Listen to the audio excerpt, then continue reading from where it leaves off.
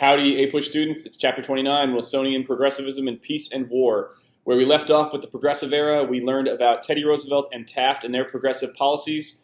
We ended with the election of 1912, and so we're going to learn about Wilson's 2 terms as president, his progressive agenda at home, and most of the chapter is going to be focused on his progressive efforts abroad with America's entry into World War I and trying to bring efforts at mediating peace between European nations and America's whole role in trying to, emerge as a world power. So a lot of stuff in this chapter. Let's get started. One of Wilson's campaign promises was tackling issues related to the banks. The Federal Reserve Act of 1913 is the most important piece of economic legislation between the Civil War and the New Deal in the 1930s. Basically, it established a Federal Reserve Board that oversaw a nationwide system of bank districts, and the Federal Reserve Board exercised a lot of control over the banks. These banks weren't technically owned by the federal government, but the Federal Reserve Board kind of had a lot of control over them. These banks could issue paper money, which led to a large increase in the amount of paper money in circulation. Today, we are not on a gold standard. But the Federal Reserve is still a very important part of our economy in the United States by setting interest rates and helping keep the economy stable. Even today, there's a lot of attention every time the Fed meets, whether they're going to increase or decrease interest rates, and that has a lot of significant effects on the direction of the economy. The Federal Trade Commission is also established during this time, and it gave more power to the government to investigate and break up trusts. Other subsequent legislation, such as the Clayton Antitrust Act, gave much more enforcement power to that Sherman Antitrust Act from 1890, and it added new enforcement measures. So Wilson is going to be very aggressive in breaking up trusts, and in contrast to Teddy Roosevelt, who saw the difference between a good trust and a bad trust, Wilson didn't really see that distinction. I also want to mention that Woodrow Wilson is known as a president who promoted progressive causes, and he's most especially known for his idealism in trying to promote world peace through the 14 points at the end of World War I.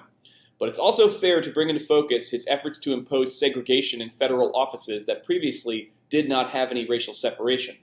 And this is why his legacy is currently being challenged at places like Princeton University, where he served as its president before becoming governor of New Jersey, and even at JMU, which Wilson Hall is named after Woodrow Wilson. So his legacy is complicated, let's just say that. America's intervention in Mexico in 1913 through 1916, because that has a little bit to do with America's decision to enter World War I. So in 1913, Mexico experiences a revolution that leads to the installation of a military dictator named Victoriano Huerta. Wilson did not like Huerta and wanted to kind of put some pressure on the Mexican government to overthrow him and back one of his rivals. So one of the things the United States does that gets them directly involved is the U.S. military seizes a German ship in the Mexican port of Veracruz to stop the German delivery of arms and ammunition to this Mexican government. And in the middle of this, there's also a power struggle between people who are opposing Huerta, including Pancho Villa, pictured here. And Pancho Villa is going to lead an expedition across the American border into the New Mexican town of Columbus, and he kills a number of Americans. This action provokes the U.S. military in trying to pursue Pancho Villa, where they clash with Mexican forces in northern Mexico. So American forces end up withdrawing without catching Pancho Villa, but as you will see, the stage is kind of set for Germany's delivery of the Zimmermann telegram, which you'll understand more when we get through this chapter. So here is, again, we talked about Teddy Roosevelt's corollary, we talked about dollar diplomacy. All I want to say with this is that America is getting more heavily involved in, the affairs of Central America and the Caribbean. And you also could see on the far upper left of that map, you can see the U.S. Expeditionary Force trying to pursue Pancho Villa. Those troops were led by General Black Jack Pershing, who ends up becoming the commander of U.S. forces during World War I. So some of these troops got some battlefield experience trying to catch Pancho Villa in 1916.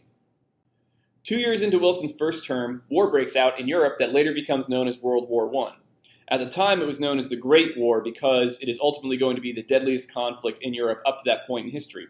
For the purposes of this class, it's important to know that you have 2 major forces that are fighting each other, and the conflict largely started over the competition over imperial possessions, as well as military buildups, and this form of extreme nationalism where each country is kind of looking to go to war with one another to kind of prove themselves. The assassination of an heir to the Austrian throne in Sarajevo basically triggers all of these powers into going to war against each other. This is the first major war that has occurred in history since the Industrial Revolution in Britain and the United States. So the effects of this war, in terms of the application of new killing technologies, is going to be pretty devastating. The Allied powers consisted of France, Britain, and Russia against Germany, Austria-Hungary, and Italy. Italy is going to change sides during the war and flip to the Allies, and eventually Japan is going to join the Allies. And when the United States does ultimately enter the war in 1917, they are also going to join up with the Allies as well. So we're not going to talk too much about the actual conditions of combat, such as trench warfare, but let's just say that the war exceeded people's expectations of how deadly and devastating it could be. And it's going to result in 9 million battlefield casualties. So new technologies such as the airplane, blimps, flamethrowers, machine guns, as well as developments in artillery is what contributed to a stalemate on the Western Front in the development of trench warfare. Over the course of 3 years before America joins the war, the Allied and Central forces are going to gain very little ground on the Western Front, and they are going to mount offenses against each other every spring and summer that results in hundreds of thousands of deaths and very little ground actually gained. The United States was removed from this conflict in part because there was a whole ocean separating the U.S. from Europe. And the United States issues a neutrality proclamation in 1914, and during this time, a majority of Americans were trying to stay out of the war. So because the United States was neutral, they are going to be allowed to supply both sides with arms and ammunition during the war. This is going to benefit the United States economically, but as we're going to see, these supplies are being given to the Allied powers in far greater numbers than what's given to the Central powers. We're going to explore a little bit why that is. So we're kind of already favoring Britain and France even before we go into the war against Germany. So we're also going to talk about some events that kind of tilt America towards the Allied powers. The war is very beneficial for the United States at the start because America was in the middle of a recession. So making supplies for the war was a boon for American producers. The reason Germany didn't get as many supplies from the United States is because the British Navy imposed blockades with mines all across the North Sea to stop all ships from getting into German ports. So the Germans respond to this by deploying U-boats or submarines that can cruise under the water to try to form a protective barrier around Britain in order to stop supply ships from getting in. One incident that almost brings the United States into the war is the sinking of the British passenger liner, the Lusitania, in 1915. Americans were urged not to travel on any foreign vessels during the war, but a number of Americans were on board, and 128 of them died when the Lusitania is sunk by a German U-boat. It's also kind of controversial because the Lusitania was a passenger liner, not a military ship, but it was nevertheless carrying arms and ammunition on it, which made it sink even faster. So this often gets confused as an event that gets America into the war, but it is 2 years before America really enters the war. The response to the Lusitania sinking is that Woodrow Wilson sends very strongly worded memos to Germany urging them not to fire on passenger ships. But little else is kind of done after this. And some, Americans are kind of starting to think negatively about Germany during the war, but don't confuse this with an actual cause of America entering the war. It's a contributing factor, but it's not really considered a cause. But still important to remember. Here's the submarine patrol zone that the Germans had around the United Kingdom. They would send U-boats all over this area to sink British supply ships or military vessels. The strategy, according to Germany, was that they could starve the British out because they were an island country. So if they could stop all their supplies from getting in, they might be able to win the war.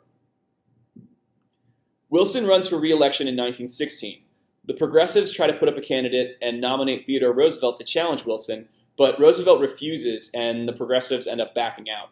The Republicans put up Supreme Court Justice Charles Hughes, who had once been governor of New York, to run against Wilson.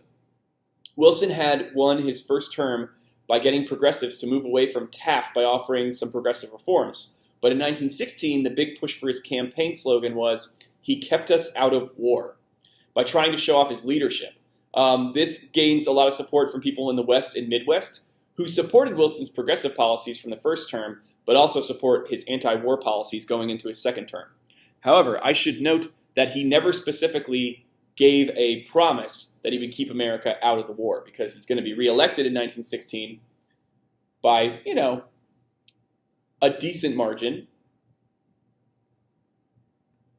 But less than a year later, America's going to be in the war. So let's talk about why that happened.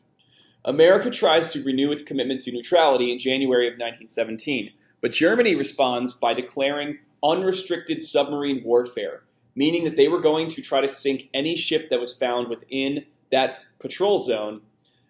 At that point, Germany had basically decided that the United States was probably going to enter the war. But if America did enter the war, it would take them a long time to mobilize, arm their troops, and actually transport them over the Atlantic Ocean to fight against Germany.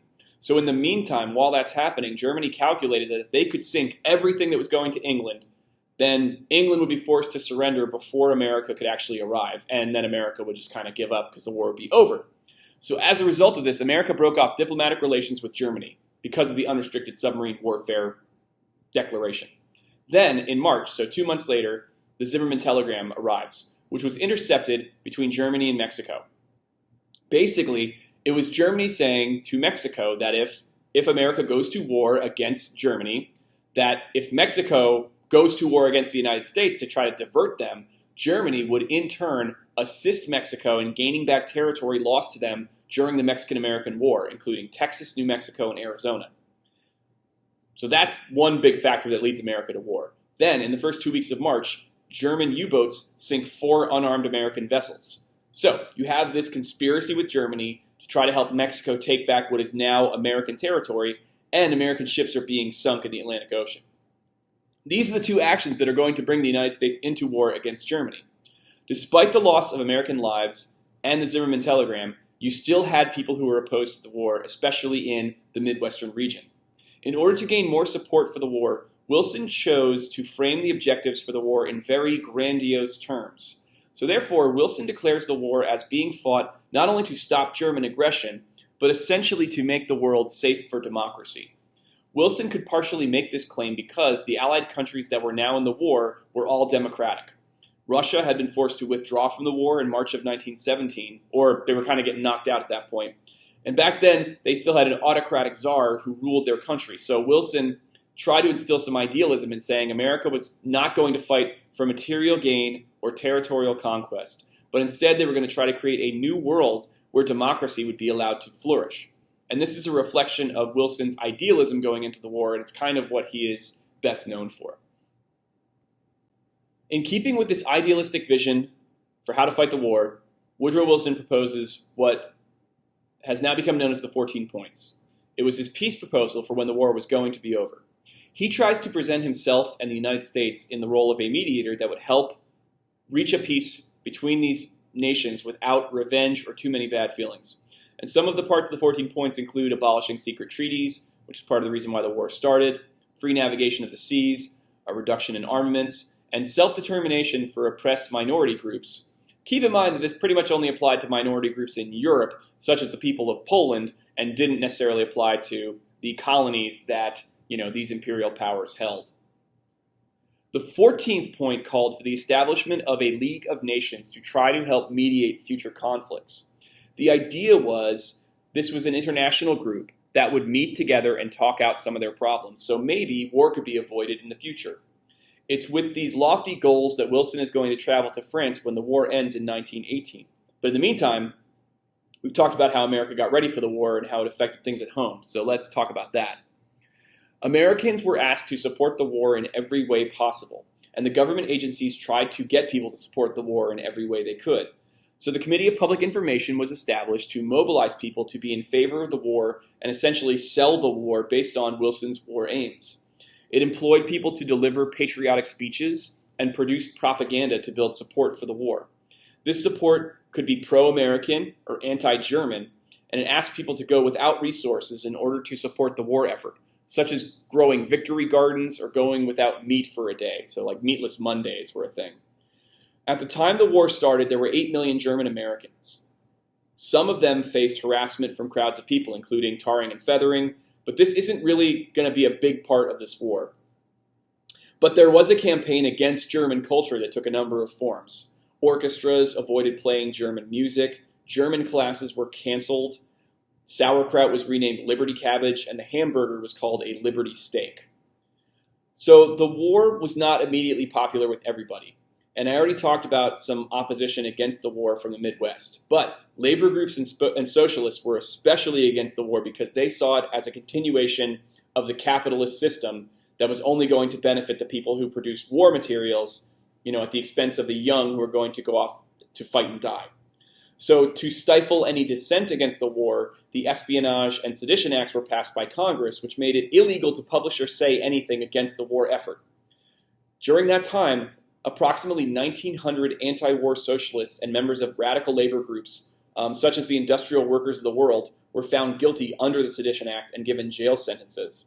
One of the most famous people that was convicted under the Espionage Act or the Sedition Act was Eugene Debs, who essentially was sent to prison for 4 years for reading the Constitution in an anti-war speech. One of the most famous Supreme Court cases that challenged the Sedition Act was the case of Schenck v. United States. In this case, the Supreme Court upheld the right of the United States government to suppress free speech in a time of war, if that speech presented a, quote, clear and present danger to the American people. This is not the first time, and it is not going to be the last time, that we're going to see civil liberties suppressed or limited in a time when the United States is at war. As you already know, the United States is one of the largest industrial nations in the world, and the War Industries Board was established during the war in order to direct the production of war materials. This is going to set a precedent for government involvement in managing economic crises and taking a more direct role in directing production during times like a war. Basically, it told factories what they were supposed to produce, it set price limits, and it organized government contracts for the production of war materials. We're going to talk about this more in the next chapter, but the need to direct most of the grain towards the war effort is another factor that leads to the nationwide push for Prohibition Amendment, which is going to be ratified as the 18th Amendment in 1919. Another big part of the push for Prohibition Amendment also has to do with anti-German and anti-immigrant feelings that were going on at that time. At the same time there was a concerted effort to get people behind the war effort, there was this push from labor unions to use the war as an opportunity to earn the rights they felt they deserved. The government responds to this by threatening any unemployed male with being drafted into the military service, which was meant to try to discourage any strikes during the war. One labor organization that opposed the war and also engaged in industrial sabotage during this war were the Industrial Workers of the World. I haven't talked about them that much in this class yet, but you should include them in the major labor organizations from this time in American history, along with the Knights of Labor and the American Federation of Labor. They were founded a little bit later than them in 1905 by a group of socialists, and their goal was to unite all the workers of the world into one big collective union and overthrow the wage system. They accepted all types of workers, skilled and unskilled, men and women, African Americans, even the Chinese. So, about 6,000 strikes are going to happen during the war. And when the war ends, a lot of these labor groups that have been a little more cooperative during the war then go on strike to demand better wages and conditions in return for their cooperation during the war. So in 1919, there's going to be this huge wave of strikes all across the country, and the big one is going to hit the steel industry. One effect of the war is that this is the first time African Americans are going to leave the South for work opportunities in relatively large numbers. This is the first of the two great migrations that occurred during World War I and World War II, where factory work in the North to direct towards the war effort led to a demand for labor and is going to lead to a large migration of African Americans to northern cities. While there, they faced discrimination in both housing and jobs, and this influx of African Americans in the city is also going to create tensions that are going to erupt in post-war racial riots. The most devastating of these are going to be in the summer of 1919 in Chicago and in Tulsa, Oklahoma in 1921. In Tulsa, for example, 35 blocks of the African American neighborhood known as Greenwood were almost completely destroyed by a white mob over the course of 2 days. One other effect of the war is that it's going to lead to the ratification of the 19th Amendment, which is a nationwide guarantee for women's suffrage. At the start of the war, there was some division among women's suffrage groups as to whether or not to support the war because some of these progressive women's groups were also pacifists. However, the National American Women's Suffrage Organization, one of the largest women's suffrage groups in the country, supports the war. And if Wilson was telling America that is telling the American people that the war was fought to preserve democracy, it would make sense that a way of preserving democracy abroad would be spreading democracy at home. So Woodrow Wilson is going to endorse women's suffrage as a necessary war measure. Prior to the amendment, several states in the Midwest and North had approved women's suffrage on a state level, such as New York, Michigan, Oklahoma, and South Dakota. Women also worked in factories and took many jobs left by men going to war, but these economic gains are going to be very short-lived. We also see this on a much larger scale during World War II, but again, those economic gains are short-lived and women are still expected to fulfill very specific roles such as mother and homemaker. We are going to see in the 1920s how women's groups took suffrage as the starting point to then make more demands for broader women's rights and protections. American soldiers were called doughboys because there was some kind of clay they used to clean their belt buckles, and the name just kind of stuck. So just, remember that. Over the spring and summer of 1917, America recruited millions of men and even some women for the armed forces. The Germans were going to be planning a large spring and summer offensive in 1918, so it was important that America mobilized their troops and got them over there as quickly as possible. Going back to Wilson's racial attitudes, we're going to see that the president has African American troops serve in segregated units and also puts them into construction battalions rather than actively serving in combat.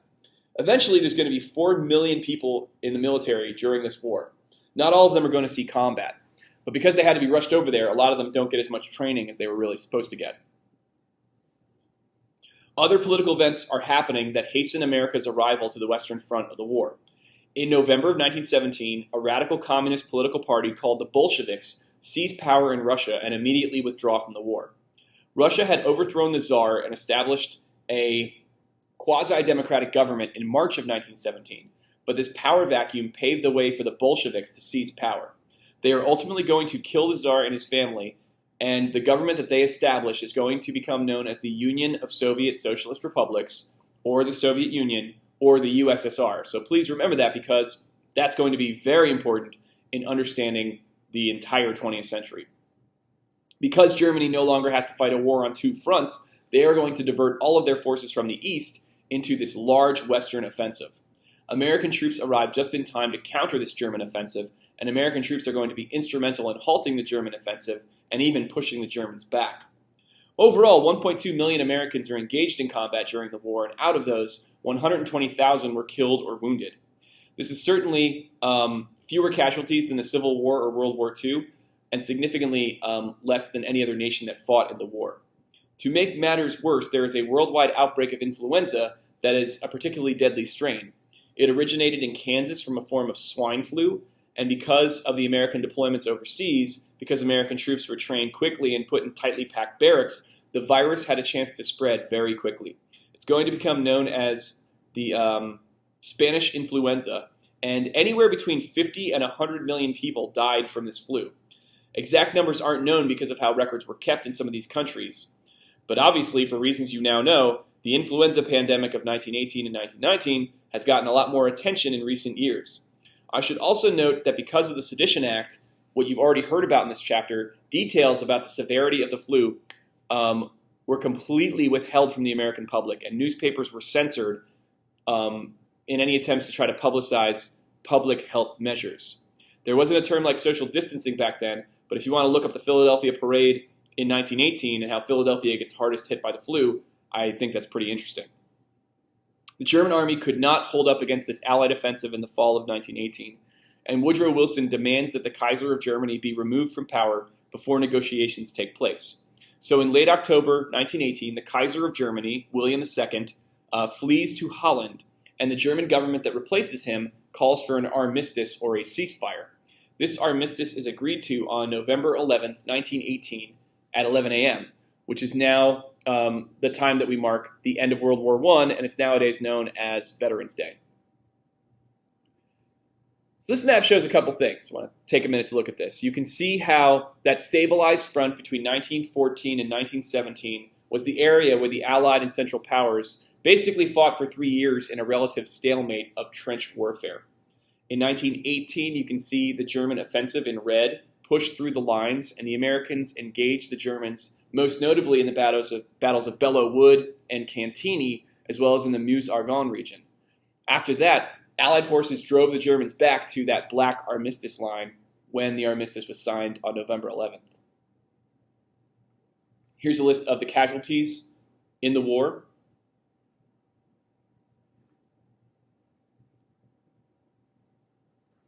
So again, since Wilson and the United States had joined the war rather late, and were bringing all these ideals of preserving democracy and preventing future wars, Wilson tries to take on the role of being a mediator between the Allied nations who are trying to get revenge on Germany because they felt German aggression was responsible for starting the war. If you study World War I, you know the causes of the war are a lot more complicated than that. But nevertheless, Wilson departed for Paris in early 1919 to participate in these peace negotiations. This is the first time a sitting president has gone to Europe while they are president, which was kind of controversial at the time. Not only that, but a lot of Republicans were opposed to America joining the war in the first place, and Wilson makes a big blunder by not inviting any Republicans to come along in the peace delegation. This means that when he comes home with a peace treaty, Republicans are probably going to be automatically against it. Wilson is one of the big four nations as they are known, the others being Britain, Italy, and France. It's also important to note that Germany was not a part of the peace negotiations, which is also going to be problematic. The other three Allied nations were receptive to the idea of the League of Nations, so that's going to be included in the Versailles Peace Treaty. But Wilson's idea of trying not to make the treaty about taking away Germany's colonial possessions kind of gets brushed aside. The subsequent Treaty of Versailles was basically given to the Germans, and they were told to sign it or face possible military occupation. The treaty called for Germany to lose all of its colonial possessions, so its entire empire is gone, and it wasn't that big in the first place, but still, it's insulting. And it also called for Germany to pay war reparations to the other Allied nations, and it forced them to formally accept blame for the war. And it limited the size of the military to 100,000 troops, which is a pretty piddly amount. The German delegation who signed the Versailles Treaty was forced to ride on a train car through the battle-scarred regions of the Western Front to sign this treaty, kind of as a way of showing the Germans that they were responsible for it. The German people are going to feel like they were betrayed by the Versailles Peace Treaty Commission, and the provisional German government that signed the treaty is going to face a lot of opposition from their own people. This is going to be a source of anger and frustration for the Germans, and it might allow a certain influential leader to harness that anger in order to get revenge on these countries. That person is going to be Adolf Hitler. Hitler knew his history. And a fact I like to tell you is that when Germany ends up taking over France in 1940, so just about 20 years later, he took that railroad car from the Versailles Treaty and pulled it back out, and he made the French delegation sign their surrender in that same railroad car. So I mentioned this story to you just to tell you that the Versailles Treaty, the aim was to get revenge on Germany, but it ended up just making Germany want to get revenge on these Allied powers. When Wilson returns to the United States with the Versailles Treaty, it's the Senate who has to approve treaties. The isolationists who didn't really want to go to war in the first place are very hostile to the idea of the United States joining this new League of Nations. They are worried that this would be an entangling alliance that would draw the United States into further conflict. So remember that George Washington and his advice about not entering into alliances with foreign countries. This idea is going to be echoed by Republicans and other isolationists who kind of felt that America had done its job, had helped the Allied powers, and now it was time to go home. Wilson saw America's participation in the League of Nations as crucial to America's new role as a major world power, and that it was time for America to kind of step up and assume a broader role in international affairs. He makes his case to the nation by going on this whirlwind nationwide tour to try to appeal to individual Americans. People who hated Germans thought the treaty wasn't harsh enough. Liberals thought the treaty was too harsh. Irish Americans were against the treaty because they felt the League of Nations might not protect this emerging Irish independence movement. Despite these oppositions, a majority of Americans were actually in favor of the treaty, but it's the Senate that has to approve it. And the Republican senators tried to impose some amendments on the treaty in order to slow down its ratification. Wilson kind of took this all-or-nothing approach, and he told Senate Democrats to vote against the amended treaty. So the treaty ends up not getting ratified, and America does not join the League of Nations. In the wake of this, Woodrow Wilson suffers a stroke that incapacitates him for a very long time. Some say he was never able to really fulfill his duties as president, and that his wife did a lot of the day-to-day management in his last year of office. The photo you're seeing here was kind of a stage photo to make it look like he was still working. Historians also now think that maybe he got influenza on his way over to Paris that may have weakened his body enough to give him that stroke. Wilson has served 2 consecutive terms as president, which no Democrat had done since Andrew Jackson. But many of the progressive policies, combined with the war and the Versailles Treaty debacle, moved more people to support the Republicans. In the election of 1920, Republican Warren G. Harding won by the largest popular vote margin in American history. He promised to return to normalcy, which is kind of a vague reference to isolationism and a halt on a lot of progressive reforms. Eugene Debs, in federal prison for violating the Sedition Act, received 919,000 votes as a socialist candidate for president, the largest ever. Woodrow Wilson dies in 1924 in very weak health. And we're going to see the United States' failure to join the League of Nations. It's going to make the organization kind of crippled and ineffective from the start in trying to mediate world conflicts. Historians kind of see this as a time period when the United States had an opportunity to take a larger world role, and they kind of back away from it. After World War II, we are going to see the United States really step up and assume that role as a major world power. Here's the timeline. Thanks for listening.